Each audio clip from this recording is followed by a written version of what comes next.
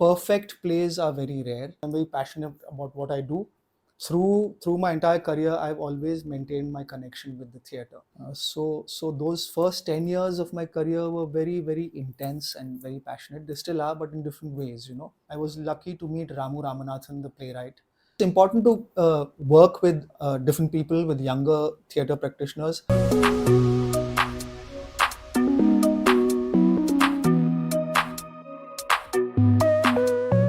The world of theatre is not a short sprint, it's a marathon. And with me is a very, very seasoned marathoner in the world of theatre. Welcome, Jaimini Pathak, to MTG. My pleasure.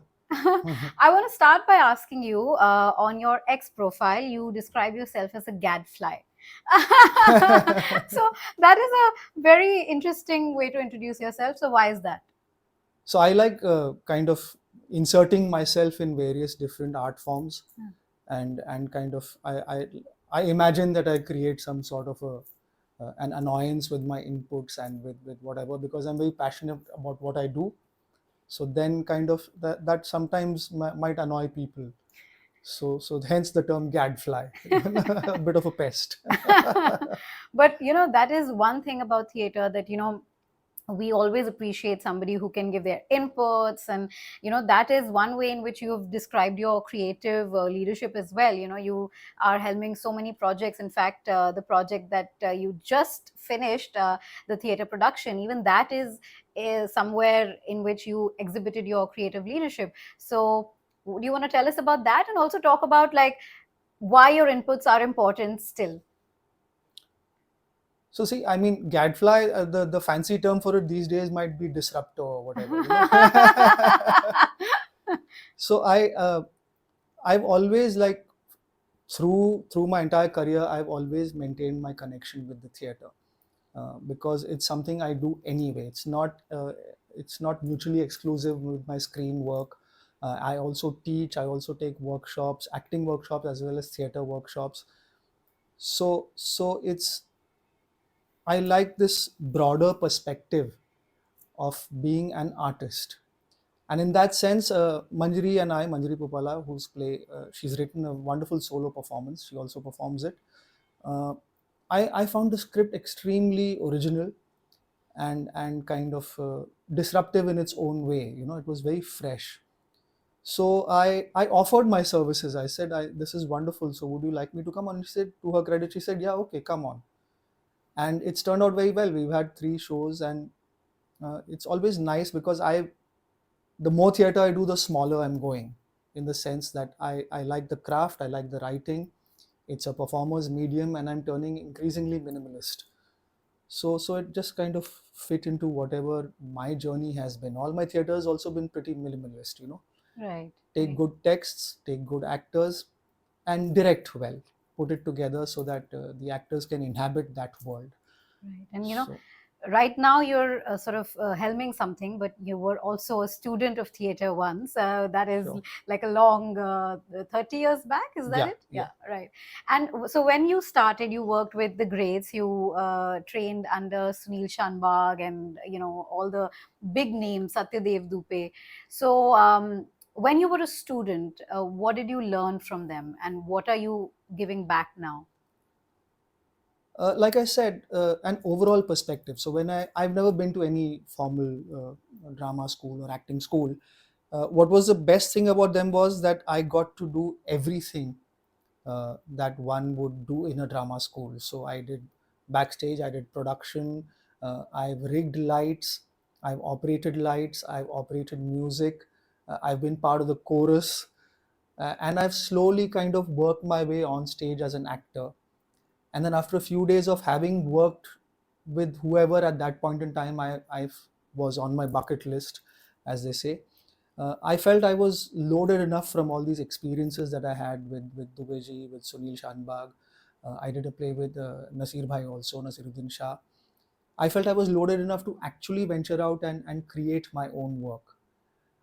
So those first 10 years of my career were very, very intense and very passionate. They still are, but in different ways. Mm. It's different now because I've started directing and producing in addition to acting with other directors also occasionally. Right. So that, in a nutshell, was my drama school. Wow. Not just thinking I'm an actor, but broadening my world, broadening my horizons, Right, and right, it's been very helpful to me. right. And with the 10 years of training, a lot of people think it's like quick, but you actually do need to immerse yourself in theater. So that was the grounding journey, that was the foundation. And then you went on to direct some 30 plays, if I'm not mistaken. Yeah, about 25, 30. That's Yeah. that's fantastic. So do you want to tell us what were the initial hiccups, what were the challenges in directing something of your own? The initial challenge was really creative.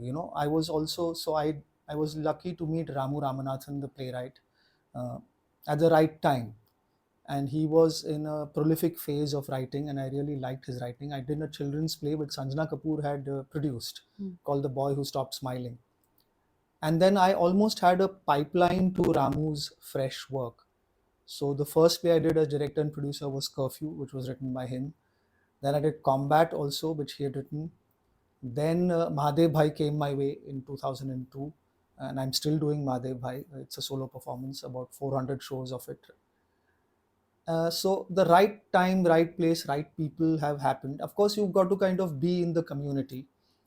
And Sanjana had also been watching my journey for that decade. So she said, this guy, I think, seems to be serious about wanting to do theater. So she invited me to open my first play at the Prithvi Festival, which was a great honor. Yeah. And she gave me a rehearsal space also. Wow. So Prithvi House was being constructed and it had a basement. So she said, okay, you go and rehearse there quietly. Lovely. Yeah. So it was, and we got a small fee also. And then that show, to my surprise, did 41 performances. We traveled a bit with it, and it kind of, so it gave me the courage to dream that if you have something to say, and if you're consistent, and if you have a voice, of course it wasn't just my voice, I was supported by many people, then there is an audience that will follow your work, which is interested in your work, which will come again to watch anything new that you're doing. So it's just been one step after the other, and now it feels like a journey. Absolutely. And you spoke about having a voice as a director, and it's very important to find the right mentors to guide your voice. So, what Yeah. books inspired you? How did you get your voice? I've always been interested about reading about books about acting, about the theater, but I've never been able to read a book and apply that into my practice. Yeah, that's a classic actor problem, huh? Yeah, in fact, the reverse. The more I've done, and then I've Yeah. gone and read a book, the book has made sense, and my practice has made sense. Yeah. So it's not a reverse connection, but I need to do first, and then books make sense to me. Definitely.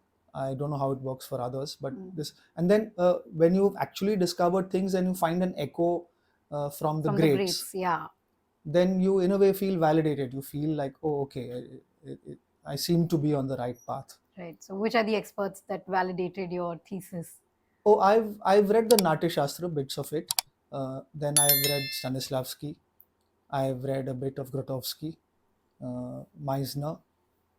Meyerhold a very little bit. There was a lovely compilation of world directors, a book that I read to, so it had Barba, it had people like Antonin Artaud, and also different kinds of writing. So I was lucky when I was 18, 19 years old to get scripts that were handwritten by the greats, like Tendulkar would send in a handwritten script which would then be typed or xeroxed or whatever.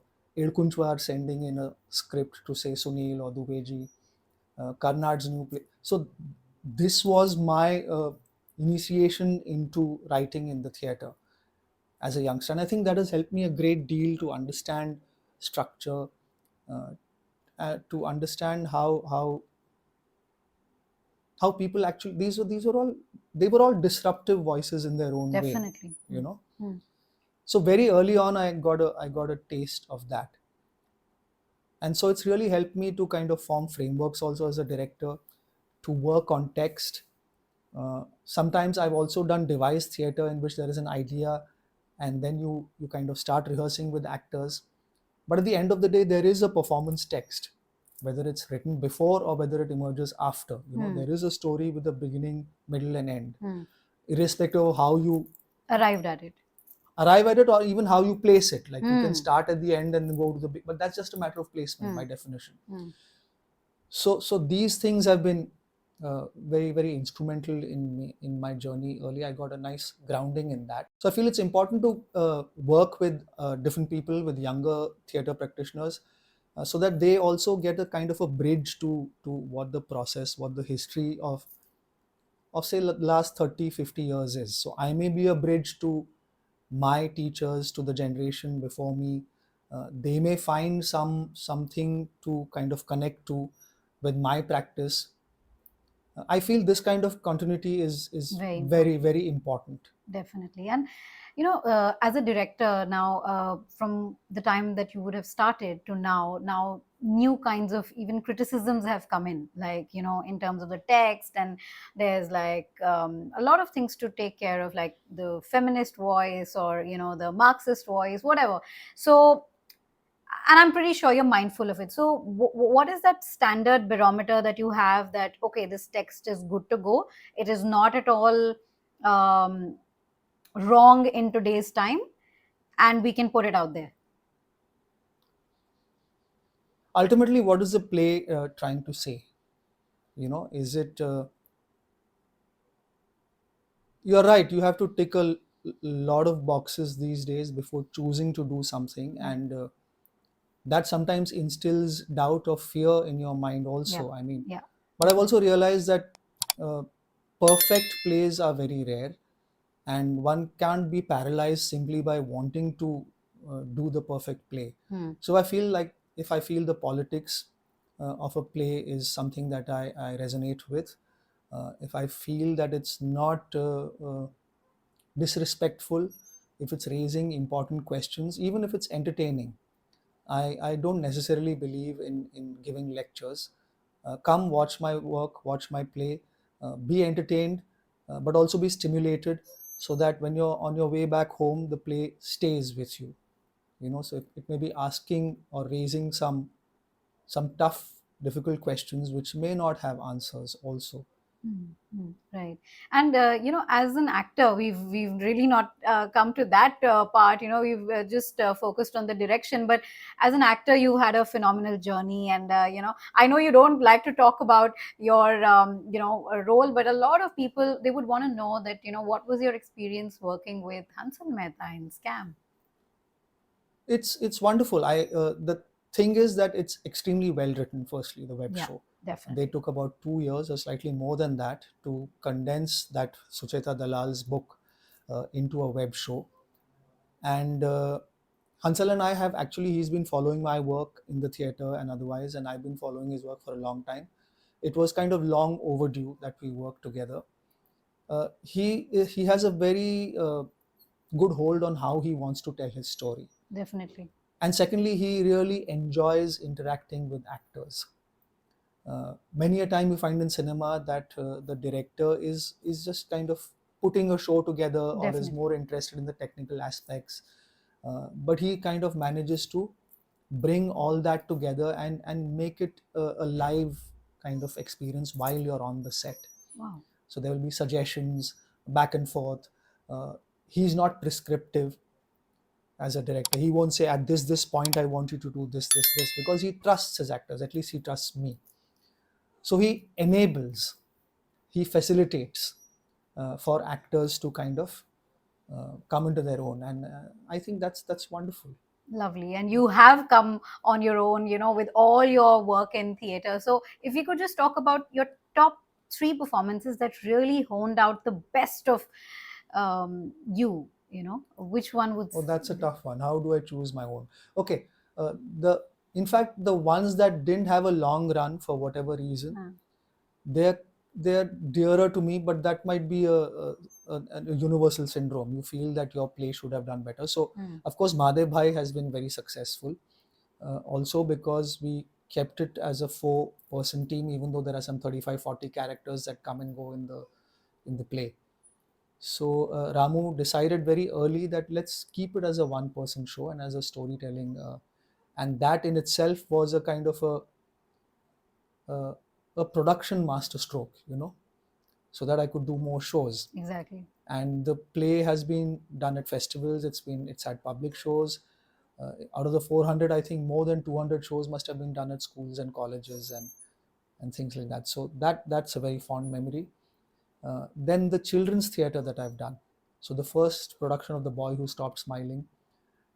Then I did a play called Once Upon a Tiger.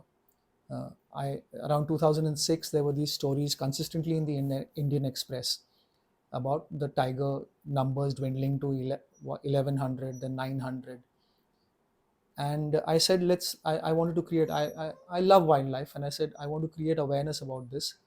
So Sanjana put me in touch with Bitu Sehgal and also Valmik Thapar, who's just passed away. So these are my heroes you know, and they are very supportive. Uh, Bitu also gave me a bit of money to said, how much money do you want? So I said, I don't know. So he said, okay, here, take this much. And he gave me a space to rehearse. Wow. So that play also did 150 shows or so, traveled all across the country to schools. Prithvi was also kind enough to give me morning slots at Prithvi Theatre to invite schools to come and watch the play. So that's the other one. And then I did a production of The Seagull, Chekhov's Seagull, which unfortunately I think folded up in 12 shows because of actors kind of dropping out. And I said, in Chekhov, you can't suddenly replace an actor with another actor. Yeah. Like everyone needs to be on the same wavelength and rehearse together and you know, it's not like you remove someone and that person will be able to find the Rhythm of the rhythm of the writing, the rhythm Right. of the performance. So unfortunately, I had to shut that down. So that one's very dear to me. Which part did you play in The Seagull? I played Kostya, the Oh. tormented writer who has a problem with his mother's Yeah. style of theater. And Yeah. I feel it's an eternal theme, and Chekhov has handled it with so much humor and empathy and compassion. Yeah. It's one of my absolute favorite plays. I Yeah. would like to do it again if I had a chance. Oh, lovely, lovely. Yeah, I mean, Chekhov can just do that. And Kostya was actually my favorite character in the Yeah, he's so Seagull. tormented and he's like, we need Yeah. new voices and पूरी दुनिया का बोझ है उसके ऊपर. हाँ. But you know, you have done a lot of children's theater, and you seem to be very passionate about it. So, do you want to tell us about how can one get in, and what are the challenges also that one can face in children's theater? So I've done theater for children, which are Hmm. professional productions. I've done theater with children. I've taught in schools, and I've also done annual plays and things like that. So, for example, in a few schools, I was asked to grade the students, and I said, see, it's a multidisciplinary uh, kind of thing, theater. And not contrary to what you believe in, not every child is actually interested in acting, and they wouldn't believe me. And I said, will you just trust me for 1 year? There was a huge kind of annual function. These days, the better off schools books, for example, say St. Andrews or something, and they have the annual. I said, why don't you take the same students, ask them, I'll give you the 8 or 10 disciplines they can be a part of. And the entire 5th grade said, we want to do backstage and production. We don't want to be on stage. My God. Yeah. Okay. And I said, ask them who wants to sing, ask who wants to dance, ask who wants to act. And then I was with that school for 5 years, and I said, if someone has acted the last time, then don't create a star system. Ask them to explore, say, assisting me in direction. Ask them to explore costumes. Wow. If they can play an instrument, say, so, you know, get an overall perspective. It's not about acting. It's not about grading. They still insisted for a semester I grade them. So everyone almost got an A or a B plus. And they said, what is this? I said, but this kid is good at this and not so good at this. So now do you understand what I mean? And they started laughing, and then they did away with the grading. Grading system. Wow. So it's a way of kind of just getting children to connect with one another, to listen, to develop the ability to listen, to pay attention, which I think then serves them, Yes. serves all of us well in life. The ability Exactly. to actually listen, Yes. instead of wanting to jump into a conversation without listening. You know, so just a safe space for them to just come and be without being graded or without being judged. without being told you have to be an actor. No, it's not necessary. So that's a fascinating conversation on children's theater. We've spoken about your direction, we've spoken about your acting, and now I think it's just time for some fun, right? So we are going to have a little quiz with you. It's a rapid fire, so you don't have time to think. Oh my goodness. Are you ready for I'm it? very bad at this. I'll So just be we are- hemming and hawing and saying I like everything. I like both. This terrorizes me. No, but you will be amazing. So we'll start now. Okay. So the first play you've ever watched? I think it was Ghosts, that was directed by Salim Gauss at the NCPA. Ibsen's Ghosts. Oh, lovely. One role you'd give anything to play? Oh, so many.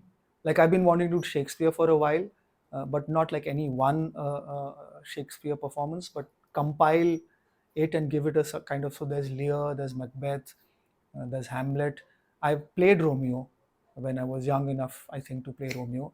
I hope I get to play Lear before I'm not too old to play Lear. So the current Wow. obsession is Shakespeare. Oh, wow. Fantastic. So between drama and comedy, what's your comfort watch? To watch? Drama. Sounds kind of paradoxical. People would prefer to watch comedy to be comforted, but I prefer drama. Yeah, same here. Yeah. Like that tells you the truth about life, you know. I like to be stimulated. when I Yeah, watch yeah, something. that's true. That's true. One line you'll never forget from a script. Wow, it's got to be something from Chekhov. So there's this writer Trigorin in The Seagull, and he says, "And when I lie here, people will go past my grave, and they will say, 'Here lies Trigorin, a good writer, but not as good as Turgenev.'" And I think all writers would have that feeling, you know, good Yeah. enough, but you know, not quite there yet. So I We think just did a reading of Mahesh Irkunchwar's Party, uh, and there's an entire segment where Barve says words to the same effect, and it's been written by Irkunchwar. And I was like, man, this is kind of, it's been written 100 years later, yeah. but it seems to be an The eternal same. theme. That's true. That's true. Okay. So theater or cinema, pick one forever. Oh, that's a tough choice. I love both. You have to pick I one. can't. Well, the theater will outlive everything, but cinema is also here to stay. The theater's been around for thousands of years, so theater is much more basic. So I would say theater. Wow. Biggest blooper you've ever had on stage? I think walking into a wall during a blackout instead of taking an exit. So when the lights come on, you're kind of like, Yeah. and there's no way you can make a graceful exit after that. So yeah, that's probably the worst that's happened to me. Oh yeah, the blackout is like really deadly. Okay. If not an actor, director, writer, then what? A teacher probably. I just like being with young people, people younger than me.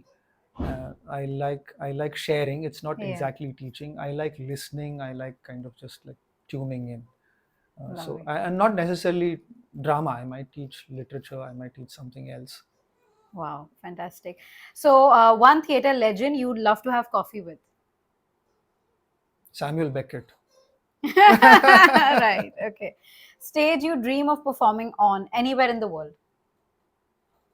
I used to have this before, like Prithvi used to be a dream to perform in, then NCPA, and these are the things I've performed before Chabildas shut down at Chabildas. Then people say the Globe and this and that and whatever. After a while, I realized that any place where I have a connect with the audience and a space that I walk into and feel energized, it could even just be a classroom with the right acoustics and the right light coming in.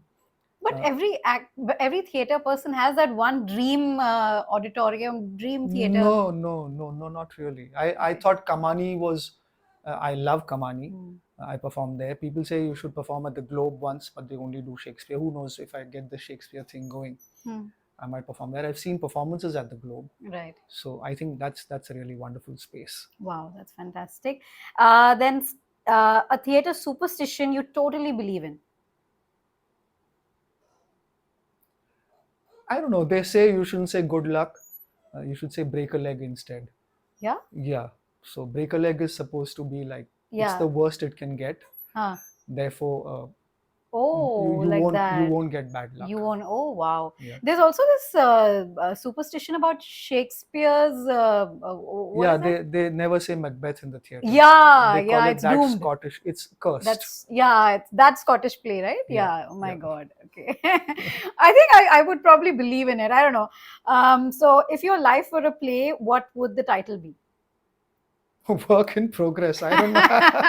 That's also the name of Yeah, working title, working is it? title. Yeah, Yeah. yeah. So So we what's had a date to perform at the Prithvi Festival, and we didn't have we had a play, and we had the actors, but we didn't have a name. So we said we'll go with this for the time being, and then it stuck.